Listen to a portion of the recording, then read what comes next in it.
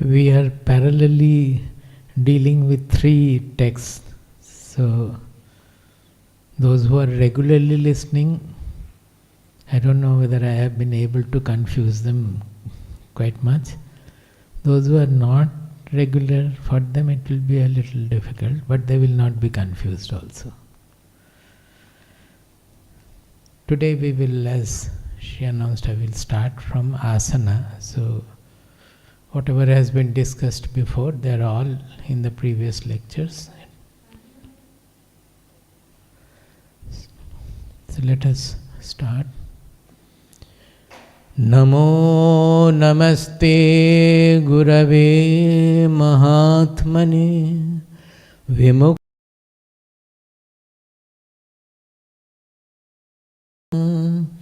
nityadvayanandarasaswarupine bhumne sada paradayambudhamne namaste namaste vibho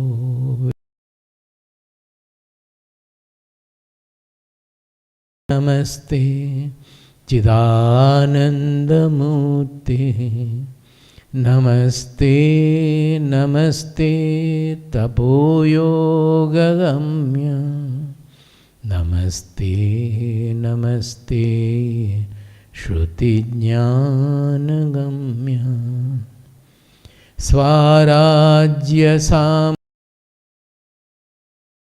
Samesha Bhavat Kripa Shri Mahima Prasadat Prapta Maya Shri Gurave Mahatmane Namo Namaste Stu Punarnamostu Namo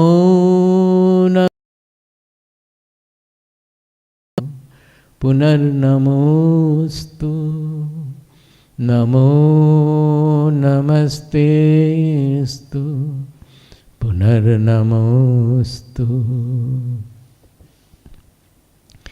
Namastasmai Sadaikasmai Kasmai Chinmahase Namaha Yadetad Vishwarupena Rajati Guru Rajati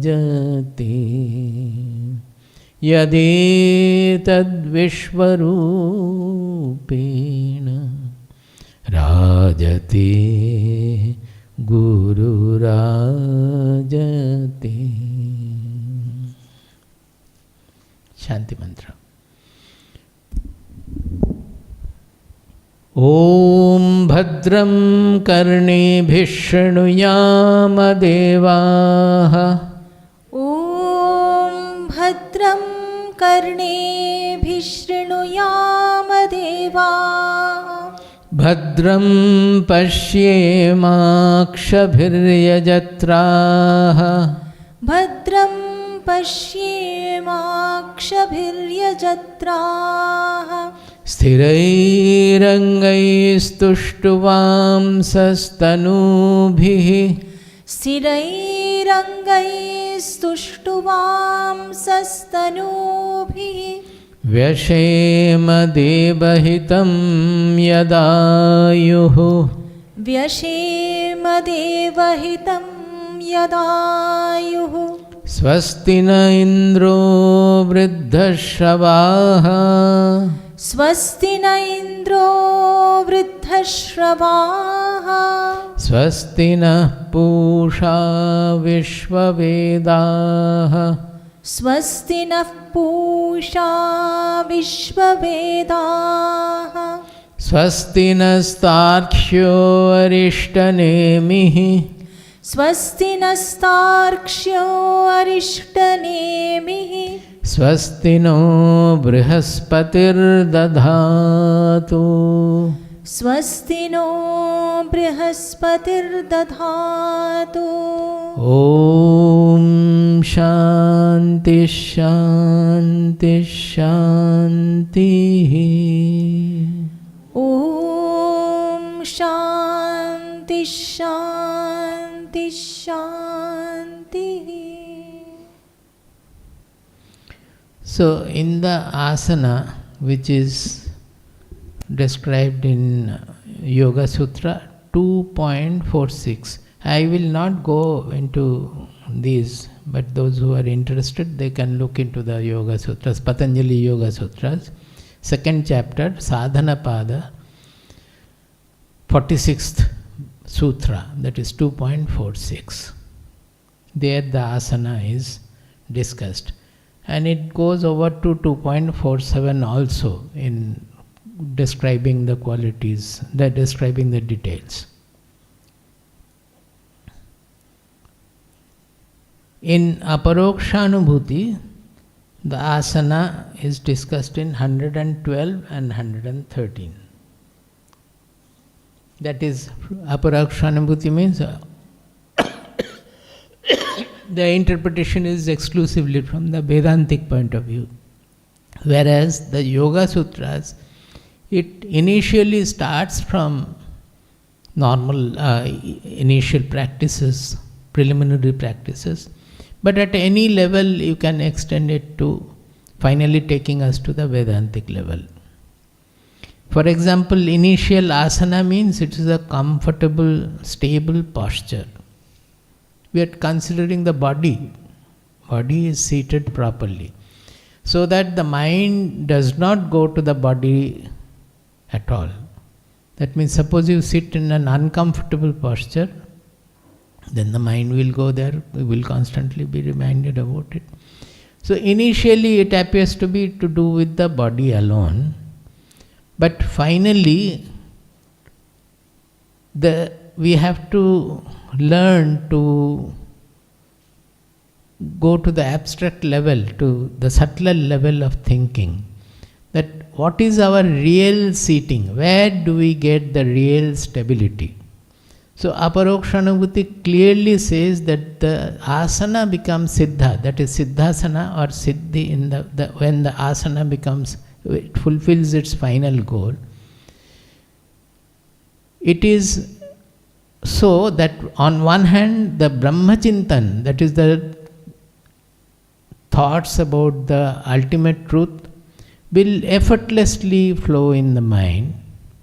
Not only that, that is the asana, where so the whole emphasis has gone from sitting, from the physical sitting to a mental sitting, that the mind is completely seated in Brahman, and finally the asana becomes siddhasana, which is the substratum of the entire world. What does it mean? The whole universe, creation, is supported by what? Supported by our Atma, by the Brahman, by consciousness. The whole universe is appearing in consciousness.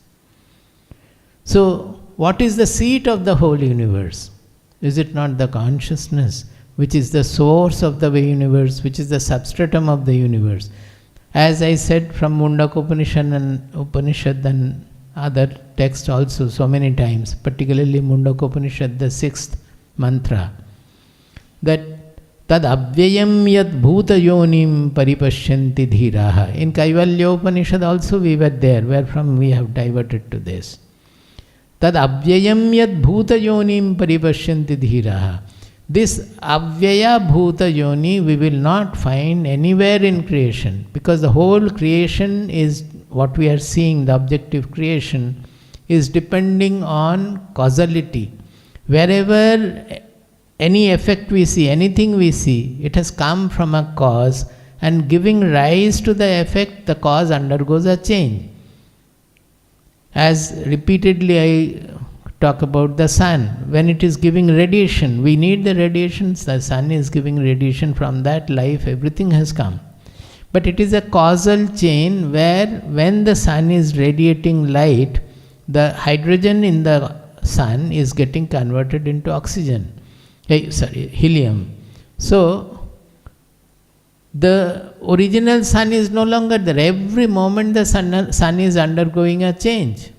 So although the sun is the source of the objective, whatever we are seeing, so many objects and many things, earth and all, that is not an imperishable source, it is not an unchangeable source. In the universe, we cannot find anywhere any source which is not undergoing change, because to produce an effect, a change has to take place in the source. But you can say in dream it is almost like that. In dream, what is happening? Suddenly the new universe comes to play, and identity. You are there and your dream world is also there, and you are seeing the whole thing. So is not the dream something which is produced in your consciousness. So it is the nature of the consciousness that it can produce and destroy also. It can completely demolish also without any causality. It can produce a new universe. It can completely make it vanish also. There is no causality involved, nothing. That is from dream we should know that this is the nature of the consciousness, that it can produce like this. And our texts repeatedly say that the whole universe is only in consciousness. It is a tapas, it is a vibration, it is a sort of a production or projection from the consciousness. So they don't call it a parinama srishti. Parinama srishti means where whatever is created, it is a material creation. In any material creation, the causal material has to change to produce the effect. So what is this srishti here? There is no material anywhere at all involved. What we are finding as gross material, that is also an appearance on the consciousness. What we are finding as very subtle concepts and intelligence and all, that is also an appearance in consciousness. So there is no parinama is involved. Nothing is changing. The consciousness remains consciousness. As you get up from dream, you find your mind is in your consciousness. Nothing has changed there. It is remaining. Although it played with a new universe with so many things had happened. So this is the nature of the consciousness, that without undergoing any change, it can produce. That is how the whole substratum of the universe is consciousness. In producing the whole creation also, the consciousness does not undergo any final seat. This is the asana, or Aparokshanubhuti says, where the seeker or the sadhaka, he gets well seated in this non-changing, imperishable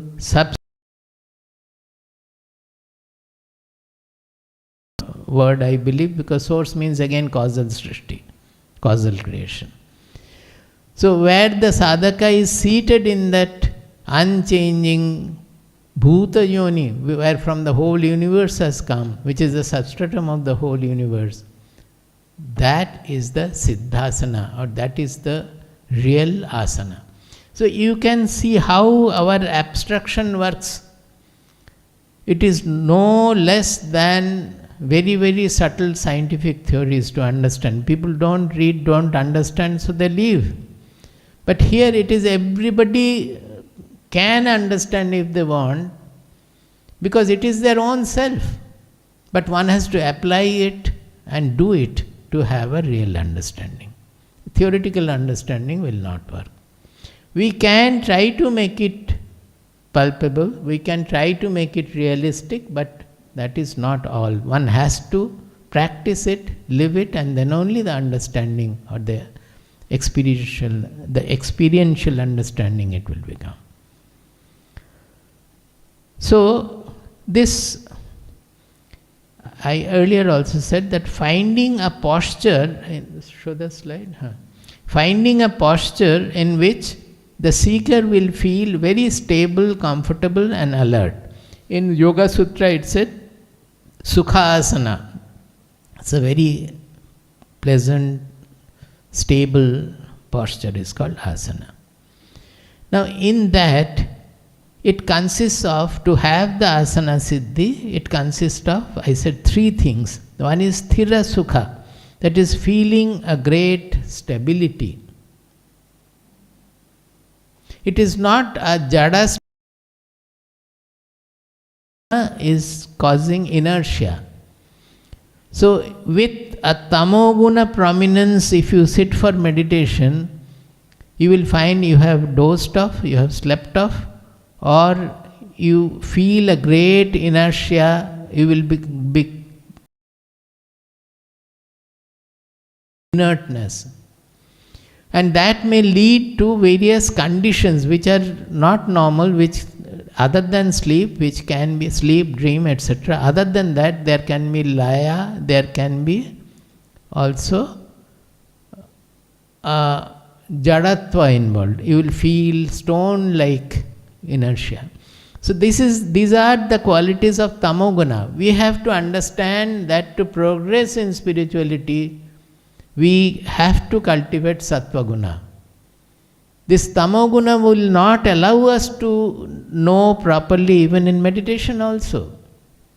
The rajoguna will not allow our mind to get settled properly. But there is a purificatory process of tamoguna. When it is purified, the tamoguna means stability. It means a great stability. So, if the mind is purified, then also it is tamoguna. You are not moving anywhere, you are sitting, but you will sit with a great stability, with a great alertness of the mind. You will not sleep off or go into the laya like that, into inert meditation. So sthira sukha is a stability which is a property of a proper asana. Then comes prayatna shaithilya, he said. That is effortlessness or relaxation. Now this prayatna shaithilya, I said from Kathopanishad, it means yada panchavatishtante jnanani manasasaha buddhischana vicheshtati tamahu paramam gatim. The samadhi, the jnana samadhi, they are describing when all the 5 sense organs are still, not sleeping, but still. And manasasaha, even the mind, it can think, but it is not thinking, it is still. Buddhischana vicheshtati. The intelligence is always effortful. Oh, is this dhyana? Is this samadhi? Is it not? Nothing like that. No effort from the side of the intelligence also. Then he says it is a tamahu paramagati. That is the supreme state. Now there you are not sleeping, that is the main thing. Although you are not sleeping, none of the indriyas is sleeping, nor even the mind or intelligence is sleeping. They are all alert, but they are not active. They are very, very alert. That is the real state of alertness. We call the real awareness is that awareness, because in that alertness we come to know who am I. What is this consciousness that we are talking about?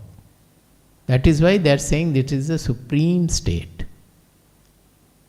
So it's a state of alertness, awareness, when we know the consciousness, because the consciousness is not engaged by any objective projection at that time. This I have been telling repeatedly. Suppose I am seeing something, I am seeing you. Unless you appear in my consciousness, I will not see you. Now what I am seeing is your appearance in my consciousness, that I am seeing. But because of our natural tendency, our focus always goes on what the consciousness is revealing. Suppose there is a thought of sorrow or thought of happiness. Immediately our focus will go to that thought and the corresponding situation, whatever the thought is projecting. But we will miss the consciousness in which the thought is formed. Just like as we say that in the sea, our focus is on the waves, and we miss the sea, we miss the ocean, our focus is on the wave. It is just like that. The whole inside, outside, everything, it is a projection in the consciousness. But our focus is always on what is being projected, what is being revealed. So the revealer we are missing.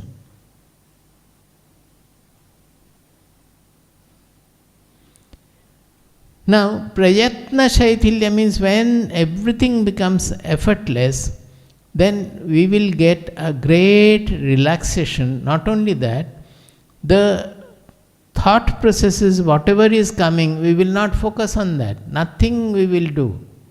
Even if thoughts are coming, they will die down. They will slowly go down. They will get submerged.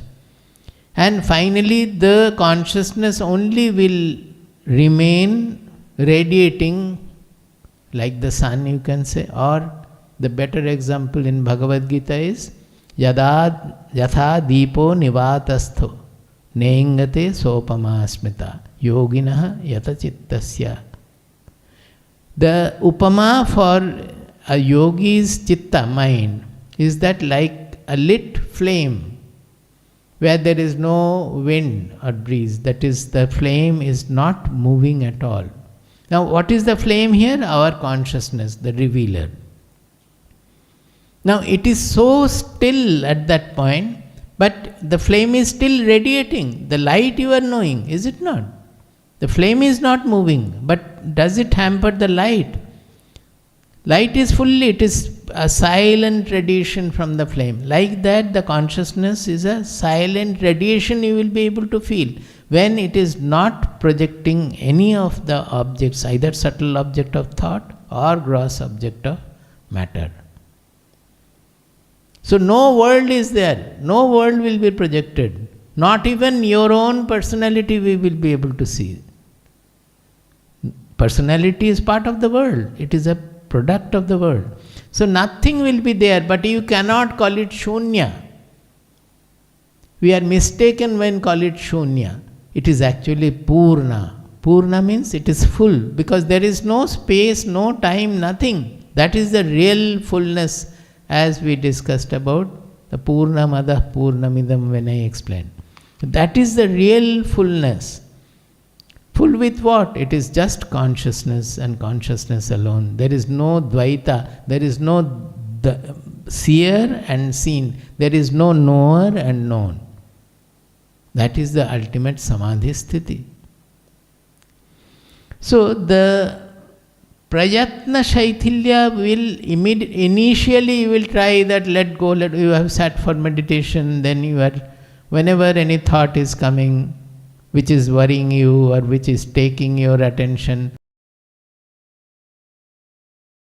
oh, let go, let go, let go, like let it go, I am not interested in anything. Or you can say asangoham, asangoham, I am not connected to anything at all, I am free. Many things you can do to become free of everything. But finally, it is the Ishvara Pranidhana which helps us. What is Ishvara Pranidhana? We surrender to the Guru or to the Lord.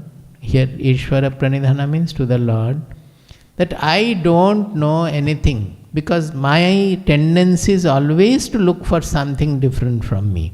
So when I am trying to look for my own self, my Atma, then also I am trying to look into something that this is the Atma, that is the Atma, or the Atma will appear. But Atma is what I am.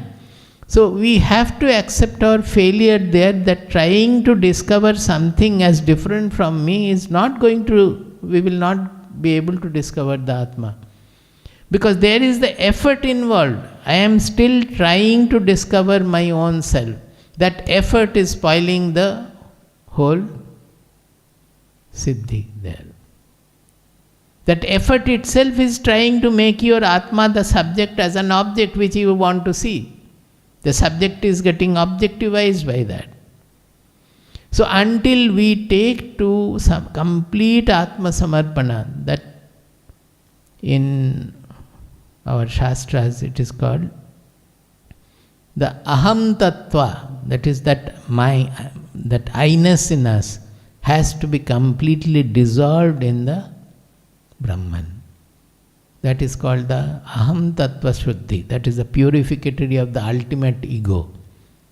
In Mandukya,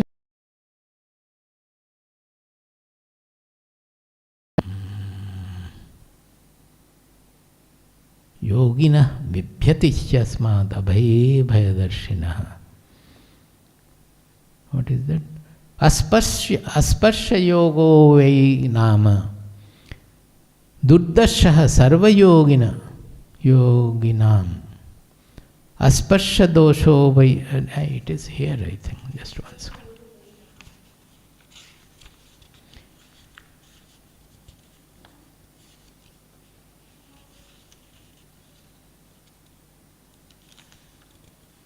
Asparsha yogo vai nama. Durdashaha sarva yogibhihi. Asparsha yogo vai nama. Durdashaha sarva yogibhihi. Yogino vibhyati hyasmat abhaye bhayadarshinaha. He says that this yoga, that means the samadhi, the ultimate, when the yoga state, as yoga chitta vritti nirodha, they said that actually that yoga is asparsha yoga. Sparsha means touch. Now when there is no second, there is nothing other than the Atma, how can there be a sparsha? All other places when duality is there, well, the seer is seeing the seen, or the knower is knowing some knowledge.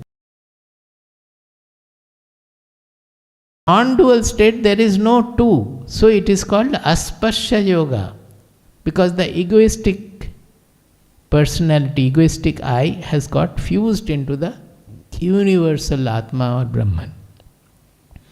So this is the yoga that we are always talking about, the fusion of the small I into the universal I. In many cases you will find it will be called as fusion of the Jivatma with the Paramatma, or Jivatma with the Brahman. Those are standard textual language which I am not using generally. So, in that it is asparsha yoga. There is nothing which can be second to it. It is all everywhere same. Durdashaha sarva yogi bhihi. He says that it is extremely rare for the yogis to see. Here, yogis means it is used in a secondary sense. Yogi means if he is a real yogi who has undergone the yoga, then for him it is the asparsha yoga. But when he is saying sarva yogi bhihi durdarshaha, that means those who are practicing yoga with an effortfulness, as we do generally.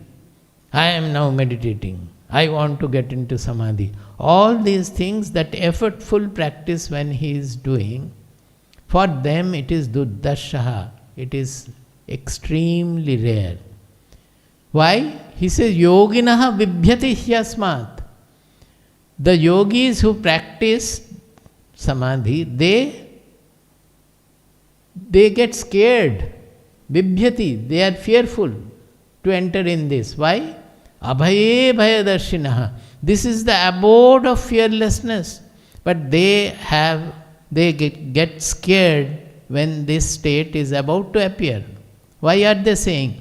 Because you can easily understand, our identity, that our I, we are always associating with the constricted body-mind personality. That is our ego. Now, when that ego is getting dissolved, where there is no individuality further, that kind of I is no more there. It's all the Brahman, the consciousness. So that individuality is getting dissolved in that, they think that I am going to die. Are you able to understand? It will happen.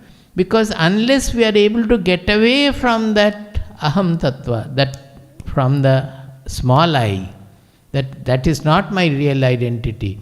If I hold on to that identity, then the moment this dissolution comes, I will think that I am getting destroyed, I am dying, I am getting dissolved.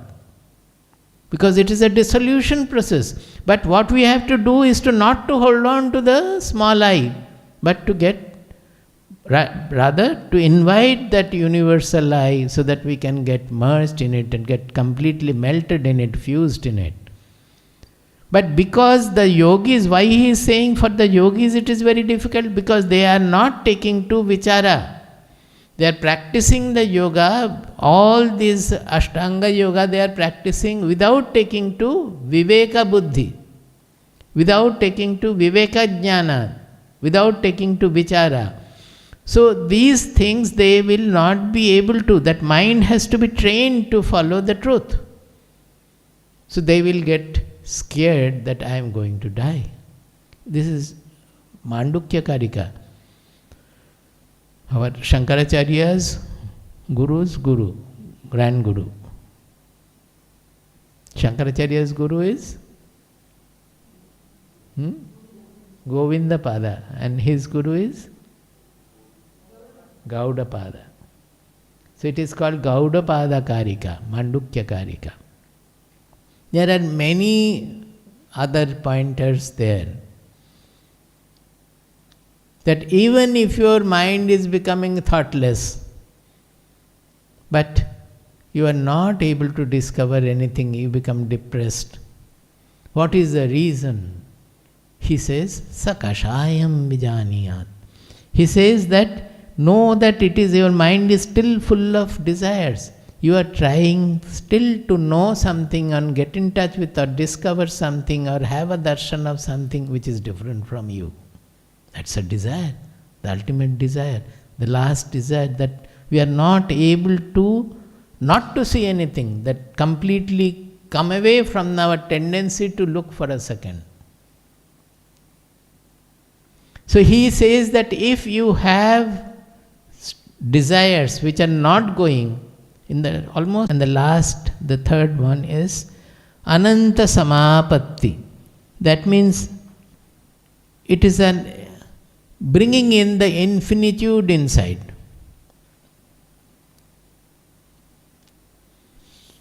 This samapatti, samyak apatti, it is also very important. See, it is not just the fixation of the mind in infinitude. It is a complete merger, forgetting all other things. This is where we get defeated. That suppose with whatever we have read, whatever we have thought about, we try to meditate on that. These are all to do with fragmented, small cut-off vrittis we try. Suppose, let us take another example. You are sitting for meditation. You are trying to do dhyana. Now, what is happening? The moment you sit for meditation, that I have to do now dhyana and all the thoughts should go. So, right in the beginning, what do? We try to catch hold of all the thoughts. We call it vrittis, but actually they are thoughts, emotions, etc. We try to catch hold of the thoughts and trying to fight with them and throw them out. So we finally become tired of the fight. There is the mistake. That why are you holding on to the thoughts? Again the same example. You are trying to hold on to the waves to know the sea. You forget about the waves. You just develop the bhava of the sea, of the oceanic bhava. That means what is your goal? The Brahman, the universal truth which is unchanging, unaffected, imperishable. You just bring in that bhava and go down, get completely merged in that bhava. Don't try to struggle with the vrittis which are already there in the mind. Let the vrittis be there or not, you don't have to worry. When you are completely merging in the bhava, that ocean, from there you will find even if the waves come, they are all made of the ocean only. You don't find anything other than the ocean. It's a great, great, great discovery. You find the waves are nothing but the ocean. So even if the thoughts are there, even if the vrittis are there, the vrittis are all vritti sarupyam, that the subject, that itself is producing the vrittis. You don't find anything other than the self in the vrittis also. So it comes in a natural manner from you get merged with the ocean, that substratum, and from there you discover that the vrittis are no different from the ocean and the waves are no different from the ocean. They are rising in the consciousness and also settling in the consciousness. We don't miss the consciousness anymore. So the Kena Upanishad rings in your ears. Pratibodha viditam matam amritatvam hi vindate. When we know the self in every perception, what are the perceptions? Be it outer perceptions of the world or inner perception of the thoughts and emotions and all. They are perceptions. When you find that all those perceptions are made of nothing other than consciousness, and not only know by intellectual knowledge, but you feel that it is the consciousness in which the whole universe is coming and going, rising and vanishing. It's nothing other than the consciousness, Atma or Brahman. Then what happens? You discover that where all the perceptions are taking place. Then you understand that there is nothing other than the Atma. In each perception, you are never missing. Even if it is a microphone you are seeing, it is only a configuration in the consciousness or the Atma alone. So, pratibodha viditam matam. Then we find that amritatvam hi vindate. He becomes immortal. Why? That consciousness, there is no change at all. It is going on, producing so many things. But there, in all the things it produces, it is the consciousness and consciousness alone. This is the secret of meditation, samadhi, whatever you may say. Even in samadhi, those are given to Ishta worship, some Deva Devi worship. There also they make the same mistake. They try to figure out say Vishnu, I am doing Vishnu Dhyana. And you think of the Vishnu having four hands, 4 legs. No, sorry. Having 4 hands and 2 legs. No, Vishnu has thousands of hands and legs, doesn't matter. He is all pervading. So you are trying to picture that. In your thought, it is an artificial method. You are still dealing with the fragmented thoughts, not with the wholesome truth, the consciousness. So you think of the Vishnu as all pervading truth in which the whole universe is appearing to be, but nothing changes in the consciousness. You learn more about it and get your yearning should be for that, not to see the Vishnu in this manner. When you merge into this consciousness in that whole, then from that whole your Vishnu will appear, and that will be the real vision of Vishnu. Actually it is the Atmic vision, but because of your clinging to the Rupa of the Vishnu, you are seeing only a form. But it is a real vision because you are seeing the Atma. You have, that Vishnu has come up from the consciousness, from the Atma alone. So this is called Samprajnata Samadhi, or the formed Samadhi, or Savikara Samadhi. That is, you see your Ishtadeva there. Whereas in Asamprajnata Samadhi or Nirakara Samadhi, formless Samadhi, there no such forms is there. You get the Atma Sakshatkara. But know that it is not just Chitta Vritti Nirodha. That is, there is no vritti, no thought. Oh Swamiji, I have no thought, but nothing happens. These are all coming because no thought state is not the knowledge state. You must have the feeling of the bodha, the prajna, the consciousness there. It is not just no thoughts blank. That will not take you anywhere. Then in that case, if it was the real state, then after sleep you would have become a knower. Sleep time, there is deep sleep, there is no thoughts at all. So, although there won't be any thought, but you have to have the feel of the bodha, the prajna, the consciousness. In Buddhism we call it bodhi. Aprapya bodhim.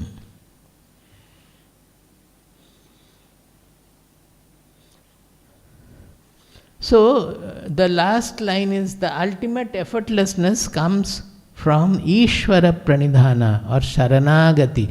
Because Sharanagati means you leave all your effort.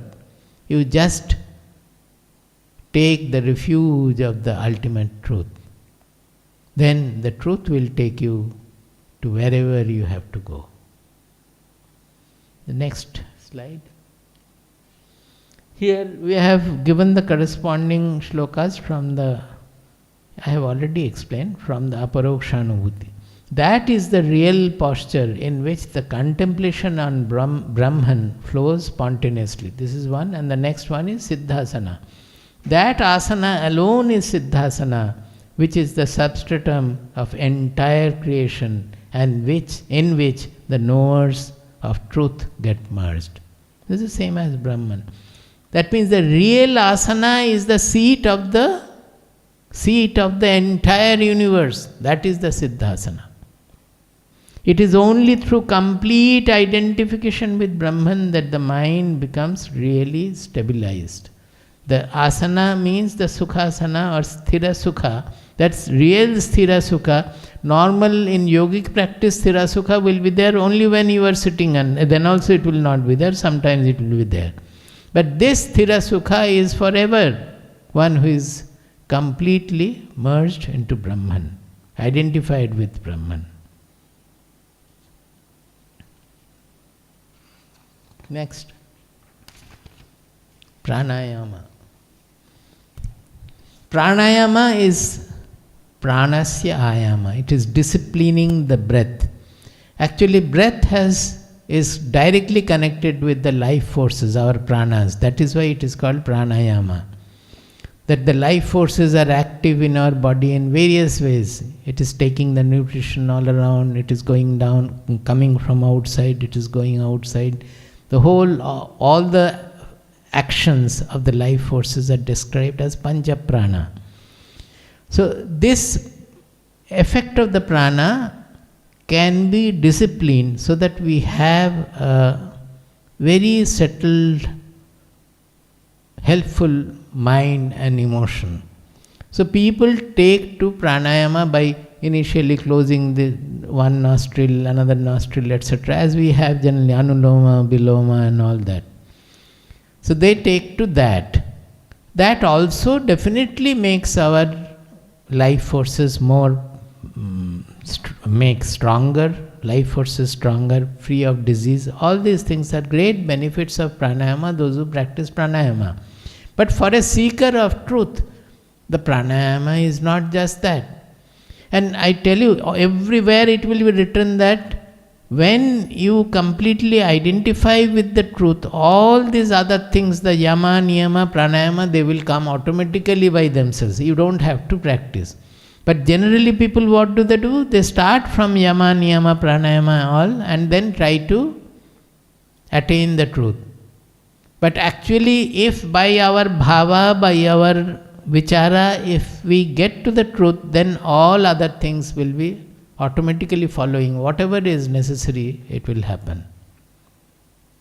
These are all tested experimental results. So here it comes automatically from asana siddhi. That is, if you have got established in your asana, automatically the breathing will be very harmonious, stable, rhythmic and whatnot. The breath becomes slow, deep, light and rhythmic. Results in a sky-like feeling within. You will find those who are doing the yoga practice also, they will say that if you do the Kapalabhati, you will find a lightness in the skull, in the head. And there is a brilliance in the head also. It will happen if you practice pranayama as a physical practice also. But when you are given to the anusandhana of this, you are in search of the truth, you will find at a time when your mind becomes one-pointed, you will find that automatically the pranayama has started. It will happen all the more in the beginning of your sadhana, because through the pranayama, whatever purity of the body, mind, personality, whatever purity it needs, that is affected through pranayama and other things. Various asanas will automatically take place, mudras will take place, pranayama will take place. But once their purpose is over and the being has got purified, they will leave also. They do the job automatically and leave also on their own. Nobody should run after them at all. If we are a seeker of truth, given to all our sincerity and dedication. As if the whole universe is breathing with me. Actually, initially it is disciplining the breath. But finally, you know what it is? It is connecting our life force with the cosmic life force, universal life force. This life, there is a cosmic life which actually is manifesting through the bodies as our what we call our life force.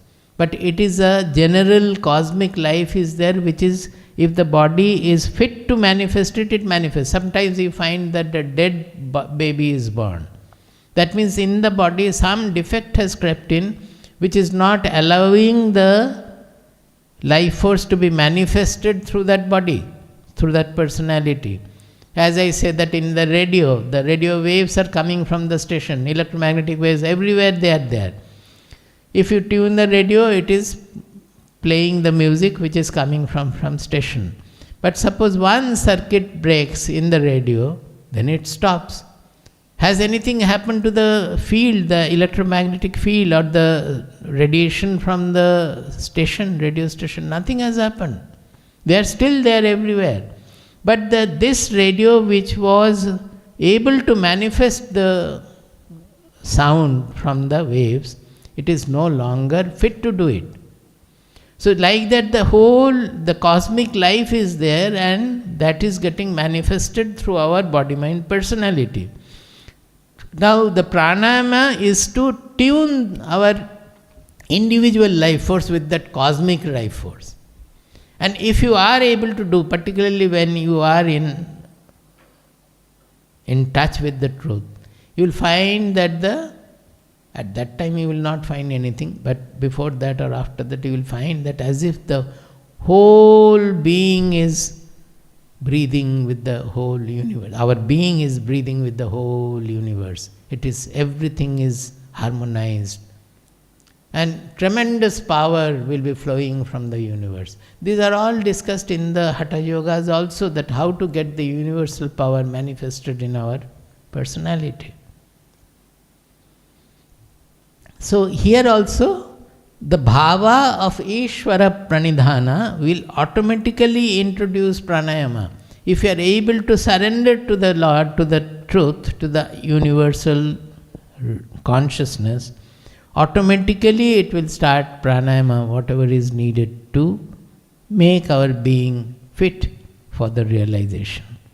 In Aparokshanubhuti, it is discussed in 118, 19 and 20.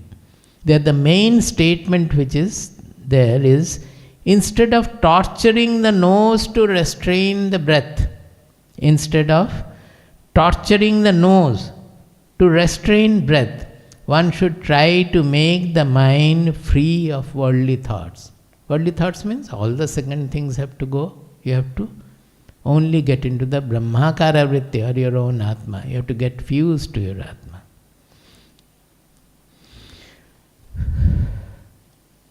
It is 118.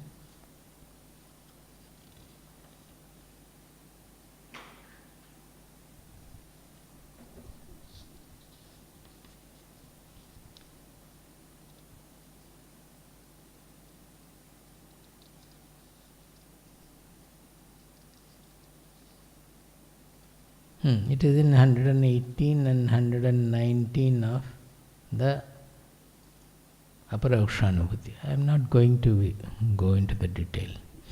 Then comes pratyahara. Withdrawing the senses from its objects.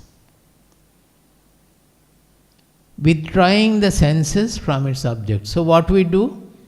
We close our eyes, we will not see, we close our ears, we sit in a closed room, we try to withdraw everything.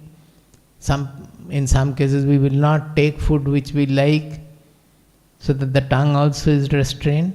So pratyahara means, ahara means inputs. Whatever inputs we are taking. Pratyahara means withdrawing from that. So it really becomes natural when we start feeling the joy of the soul, Atma Prasada. Because how will we do the pratyahara? it will remain artificial and forceful as long you have the taste for the worldly things. Your mind or your senses are running after the worldly enjoyments, indulgences, and you know that no, I am a yogi, I have to withdraw. So artificially you are trying to withdraw your senses from that. But what does Bhagavad Gita say in 2.64? Ragadvesha vijuktaistu vishayan indriyescharan atmavashair vidheyatma prasadam adhigacchati. He says that all the disturbance that is created in our mind is not because of the world, but because of our clinging to what we like and hating what we dislike. Raga dvesha. This raga dvesha is the two together. They are spoiling our mind completely. The mind always remains disturbed because of that. Now, if the clinging to the likes and hating the disliked things, if it goes, that is, we are no more indulging, we don't have the intention to indulge in the outer things. We have become even to that. Then automatically our mind will go in. And it will really go in once we are discovering the joy of the soul. That is going within, leaving the worldly things. When we go in, finally we find that our whole being has got flooded with ananda, flooded with bliss, as we say. Now then we really discover, although it is told that all the joy, all the sukha, is it not produced from within? There is no doubt about it, intellectually also. Suppose you are seeing a beautiful scenery. You have become so overjoyed seeing the scenery. Suddenly you come to know that you have lost your job or somebody has died or so. Your mind immediately collapses. But the scenery is still in your front. It is not able to give you joy. Why? The joy is in the scenery, or joy is in your own being, in your own mind. Seeing that, you forgot everything, and your mind spread over the whole scenery. That expansion of the mind had given you the joy. But we don't do vichara on that. We don't try to understand that the joy is all from within. I repeatedly say that we look for small love from A, B, C so much. But actually what is giving us the fulfillment is not the love from somebody. It is the love which is coming out from our within. That gives us the fulfillment. If you can disassociate the object of love from that love, you will find that you are getting filled with the love. So we say that why look for small love from anybody? You start loving everybody. There lies the solution. It's a great secret. Not secret, it is an open secret, but nobody does it. The whole fulfillment will come from loving everybody. You will not even look for love from anybody. Whether he loves or not, it doesn't matter at all. You will love everybody. And that will fulfill you. So, we must know that the fulfillment, the joy, the ananda is coming from within. Now, knowing that also, we are not getting established in that knowledge. That is why we are still running after the objects to get some joy from there, small joy. And that will always be followed by dukkha also. Because whatever is the external thing, if it gives us some joy, in the absence of it, we will miss the joy also. So the permanent happiness cannot come from outside. So the pratyahara takes place when we discover the bliss of the soul. To start with, it needs certain amount of vairagya. The mind will be sky-like but extremely alert. This we have discussed already. When the mind revels in finding the joy of Atma in everything, it automatically withdraws from sense objects.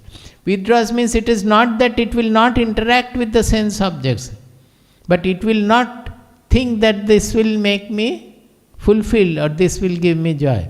He will not look for joy from the sense objects. He will do everything. That is how he can do everything.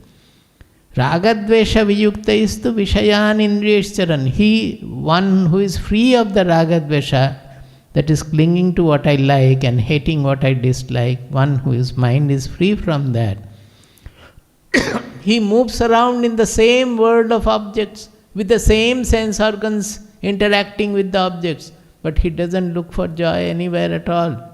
Atmavashai. He is Atmavash, he is not Vishayavash. We are all slave to the world, slave to the objects, slave to the objective situation. Little the situation is not likable, immediately our mind gets upset. The food is not alright, mind gets upset. The bed is not alright, mind gets upset. We are slave to everything, all the objects, all the objective situations. But he is not like that. One who has got freed of the raga dvesha, he is Atmavash. All his rules and everything are coming from within, Videya Atma. He doesn't follow the outside rules thinking that this has to be done, that has to be done, only then I will get the joy, I will get this fulfillment, that fulfillment. Those vicharas are not there for him because he knows forever that the fulfillment doesn't come from anything, gaining anything from the world. So what happens to him? Prasadam adhigacchati. He attains the placidity of the mind. In sukha as well as in dukkha. Circumstances may be having something pleasant, something unpleasant. In both the cases, his placidity will not go. Sukha and dukkha will be there. In dukkha also he will be placid, sukha also will be placid. That is called the prasada or ananda in other Upanishads. So this is the Atma Prasada which makes us really do the pratyahara. Then comes dharana. This dharana has come from dhri dhatu, holding. So, on the other hand, buddhi has come from budh, that means knowledge, from understanding something. So, whatever we are understanding with the buddhi, with the dharana or dhruti, we call it dhruti, both same. Dhruti has come from dharana. Dhruti is the power of dharana. With the dhruti, we retain it. We always say that one is the understanding with the buddhi. But those who understand also during the lecture or during the reading, one has understood and got the joy also, perhaps some revelation and opening has happened. But within a few hours itself they find that they are missing it, it is no longer there. Because their buddhi is not able to retain the knowledge, retain the truth. Because that needs dhruti. Now dhruti is not only understanding with the buddhi. To have the satya dhruti, to hold the truth, our mind, emotion, everything has to be purified. That means unless we have a real taste for something, we will not be able to retain it. You see that whatever you like, you don't forget that taste at all. Not only tongue taste, everything. You are keeping it. Why? Because you get the rasa in that, you get the taste in that. You like it, you have developed a taste for it. So retention is not a problem. But the Adhyatma Shastra, you have not developed the taste for it really. You may look for it for some intellectual benefit or intellectual knowledge, this, that, on. But as long as our yearning is not growing, our bhava is not getting merged in that, our taste is not regarding that, the dhruti will not be there. So that is why in Bhagavad Gita you will find the dhruti has been explained as sattvika, rajasika, tamasika. The who is having a tamasi dhruti, that what will he hold?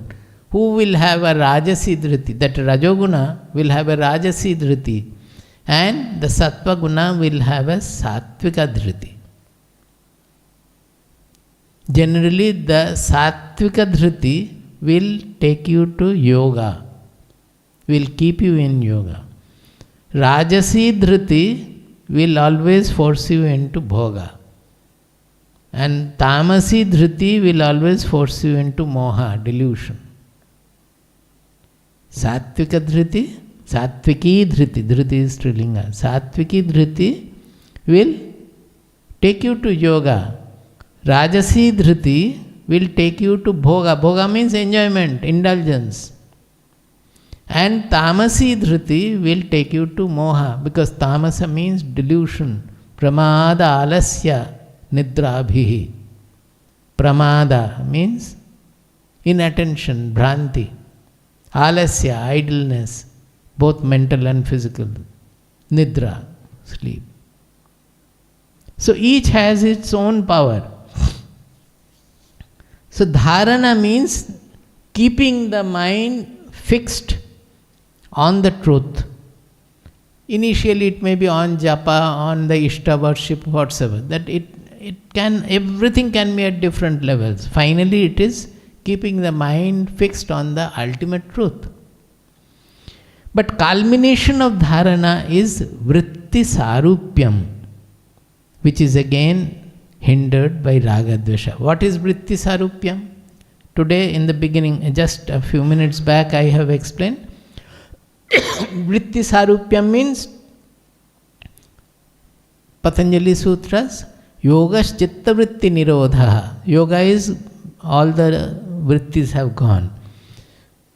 Tada drashtu swarupe avasthanam. What is happening when all the vrittis have gone? The seer is seated in his own real identity. Then what happens? Vritti sarupyam itaratra. When he is not seated in his own pristine identity, when there are vrittis, the thoughts have come, emotions have come. So vrittis, they are all together are called vritti.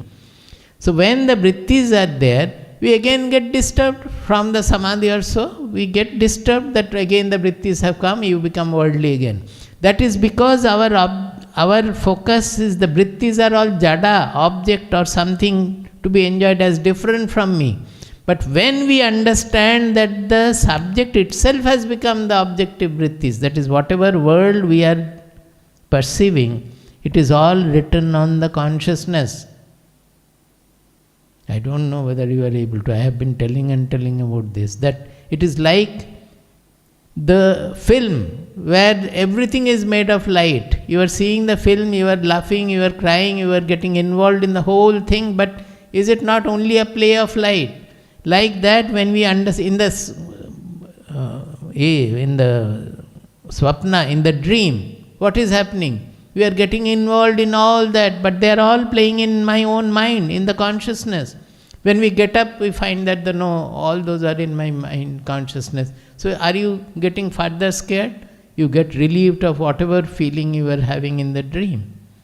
Like that, when we find that the whole world is actually painted in the consciousness, is appearing in that consciousness, it is called vritti sarupyam.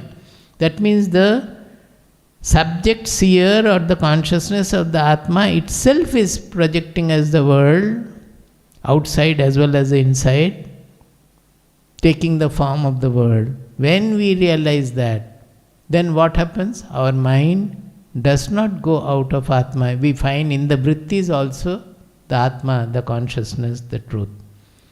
So the dharana has to be on that now I have understood that yes, the whole world is actually Atma alone. No, that is not dharana. When it goes completely, gets fused, that there is no question of forgetting, you have realized the truth, that then it is the culmination of dharana. That you will no more get deluded by anything at all, because everything is vritti sarupyam. Everywhere it is the Atma and Atma alone. And what is hindering this realization? It is the raga dvesha again. Because this raga dvesha are not going from our mind. Unless the mind is purified, it is not going. So we will still run after what I like, run away from what I dislike, and cling to what I like, hate what I dislike. So that will not allow my mind and intelligence to become uniform, always revel in the revealer, the truth. Whatever object or objective situation the mind comes in contact, realizing that the variety is superimposed on consciousness or Brahman. This is what I was explaining. In practice, it becomes easy, natural and powerful when we do it with bhava. the emotional association, a strong yearning for the goal, but not as an exercise. If you try to do it as an exercise, again you are handling with the fragmented thoughts artificially, effortfully. We have to develop our vairagya for the world and the yearning for this ultimate truth, which is my own identity, and get immersed in that bhava, then all other things will be automatically coming.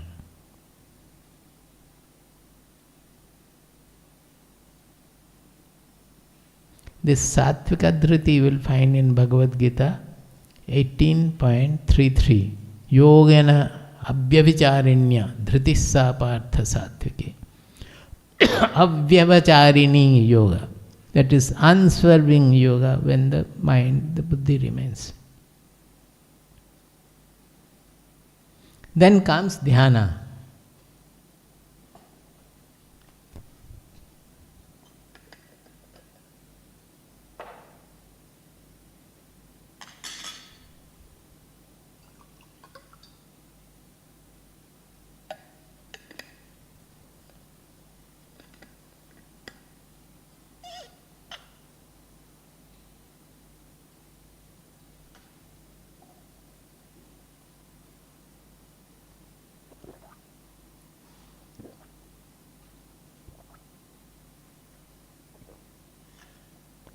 This I have already explained today also, but let us read. Looking within, aiming thoughtlessness, vritti nirodha. But it is not just thoughtlessness. There has to be the awareness of the conscious space or bodha. When done with bhava, it soon culminates in samadhi. The purpose of dhyana is samadhi. Samadhi means nirvikalpa samadhi, where it is that called the non-dual experience. That means there is nothing called subject-object. They have got fused. Aparokshanubhuti 123. Remaining absorbed in the thought, I am verily Brahman. Such absorption produces supreme bliss. Initially it is bliss, but then when it is bliss, we will find that we are getting again attracted to the bliss. And every day we will look for the bliss, look for the bliss. So that is the end of our dhyana. Because earlier we were indulging in worldly enjoyment, now we are indulging in the inner bliss. We have to surpass that also. As Gaudapada says, Nasvadayet sukham tatra nissangaha prajnaya bhavet nishchalam nishcharat chittam eki kuryat prayatnataha. He says that na as asvadayet sukham tatra. This again, the asvadana, tasting that bliss, become a problem because it is not asparsya yoga. You have not attained yoga. You are again getting bliss from a certain state of your being. You are looking for the bliss. That means you are still small. You have not got merged in the universal identity, the Brahman.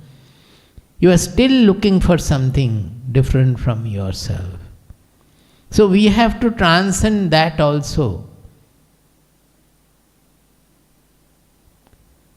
Nissangaha prajnaya bhavet. By applying the prajna, the wisdom, the knowledge, you don't develop sangha to that bliss also. This is the ultimate hurdle. Nishchalam nishcharat chittam. The chitta, the mind, does not move anywhere at all.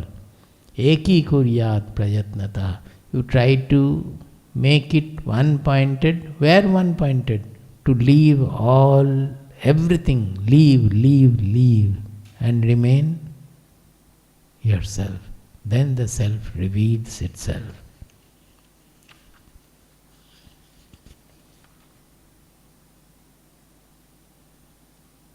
So in dhyana you should remember, this is a very, very important point, that the fragmented thoughts are vrittis, are right in front. To stabilize the mind, we catch hold of the vrittis, trying to control them. There lies the mistake. Have we sat with a bhava, a taste, a love for the goal? The worldly vrittis will automatically get replaced by the vritti for the truth.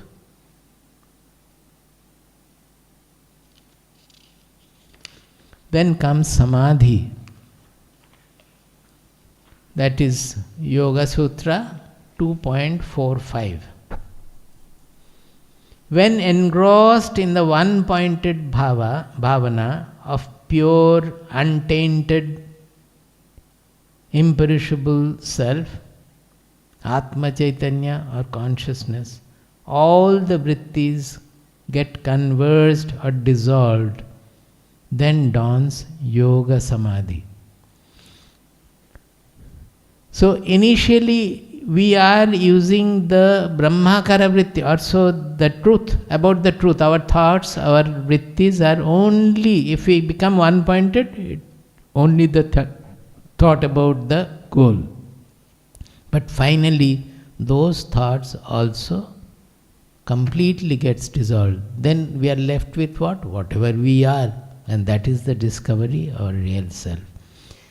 Samadhis are generally, there are many kinds of samadhis discussed in our Shastras. Our Baba's Gurudev Kshitish Chandra has written a book, a small notebook, Samadhi Nirnaya. There he has discussed about 24 samadhis.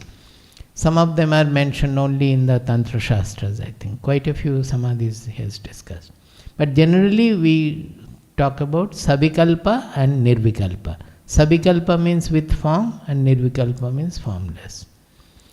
Aparokshanubhuti 124 to 129, this samadhi is discussed.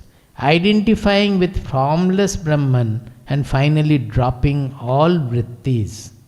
Identifying with formless Brahman and finally dropping all vrittis.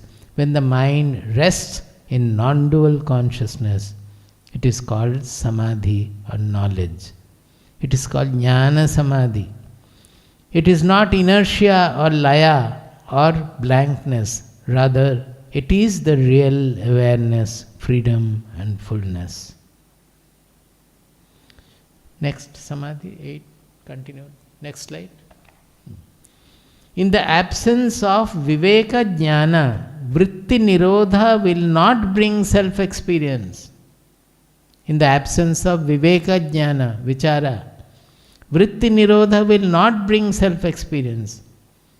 That is why after yogaschitta vritti nirodha, Rishi Patanjali says, tada drashtu swarupe avasthanam. This vritti nirodha is done. But what after that? People ask, most of the people ask, what is there? No thought is there. They are not discovering anything. They have to discover the drashta, the subject there. When the subject is seated, what is that subject? Subject is the consciousness, who is revealing the entire objective world as well as the subjective world of thoughts, emotions and everything. It is the revealer. If we miss the revealer, then we miss the goal there. Otherwise, any forced or natural vritti nirodha, like jada samadhi, sleep, etc., would have given us atmajnana. It doesn't happen. So all these discussions points to the indispensability of viveka jnana and bhava shuddhi. This is my conclusion, why I took you through all these yoga sutras and aparokshanubhuti from while doing with the Dhyana Yoga in Kaivalya Upanishad. We started with the Dhyana Yoga. We have to understand, because we are liable to make lot of mistakes, wrongly guided also. So these two words you should remember, the viveka jnana and bhava shuddhi. We should not approach from the handled with the fragmented thoughts and ideas and various concepts there. Then we will never be able to reach. Rather, we should always focus on the purity of the bhava. What is the purity of the bhava? no bheda buddhi, no raga dvesha. That can go to any level. So that should be our focus. Bhava shuddhi. That is the bhava, that means the mindset, the emotions, they will always be freed of raga dvesha. They will be always resting in oneness. And vichara. Then show the next slide. We have completed. So it is just that all the 8 aspects of Ashtanga Yoga are symbiotic. Symbiotic means we should not segregate them as that, oh, I will practice the yama now, I will practice niyama, or I will practice pratyahara. It is not so. It's all together.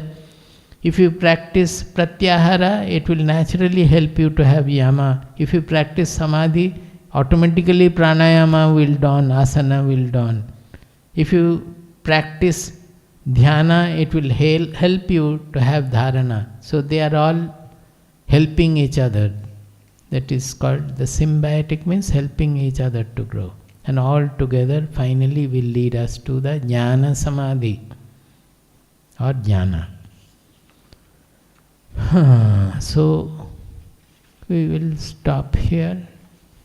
Next class I will again go back to the mantras of Kaivalya Upanishad.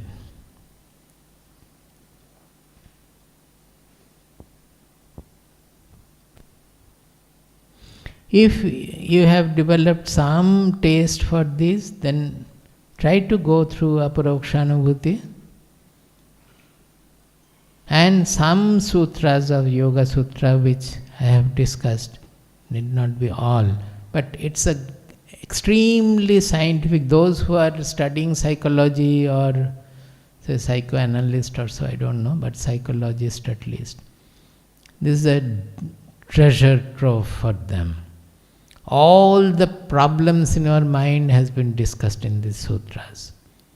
The difficulties we face, they are called klesha. Klesha means we are not all the parts of our being.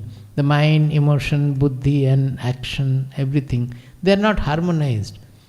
Our senses are looking for something, our mind is saying no, the buddhi is saying something else. They are always working not in harmony. How to harmonize the whole being? When we can do it, we have to get rid of the kleshas. Kleshas means the clashes between the different parts of our being. So they have enumerated all kinds of kleshas and described what is this, what is that. What will happen when might be a little difficult sometimes, but when we put our mind in it, you will find that many things will be revealed from our own within. That why am I not able to, or why am I suffering? Why am I not being able to be cheerful or happy? What are the hindrances there? Like that, every bit of it. The first 2 sections are Samadhi Pada and Sadhana Pada. Both are equally important. Then comes the Vibhuti Pada, that we talk about so many Vibhutis, the special powers one gets when he is given to yoga practices. So they are sometimes a little deluding, but all those also can be interpreted from the point of view of Vedanta. Then they will not delude us anymore. Otherwise they will be deluding. There is Ashtasiddhi and all. 8 kinds of Anima, Lagima and all those things, but they have discussed in very great detail everything. At least the Sadhana Pada and Samadhi Pada definitely be enlightening for us. And if not that, at least Aparokshanubhuti is a very small book which will give you great insight. And if you further want to study, then the Mandukya Karika will give you the further insight. Okay, we will stop with the Shanti Mantra. Om Bhadram Karnebhih Shrunuyama Deva.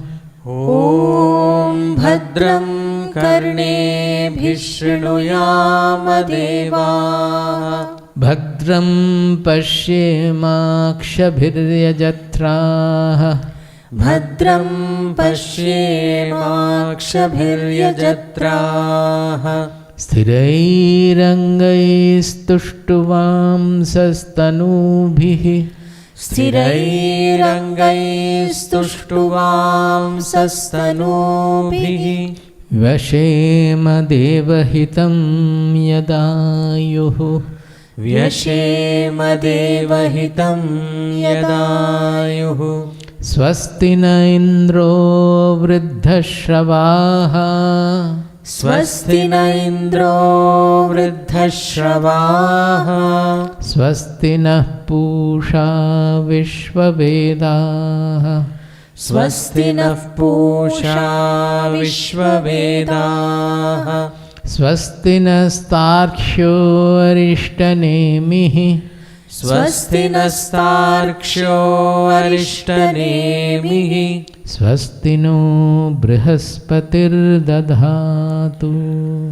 स्वस्ति no बृहस्पतिर्दधातु ॐ शान्ति शान्ति शान्तिः ॐ शान्ति शान्ति शान्तिः ॐ शान्ति शान्ति शान्तिः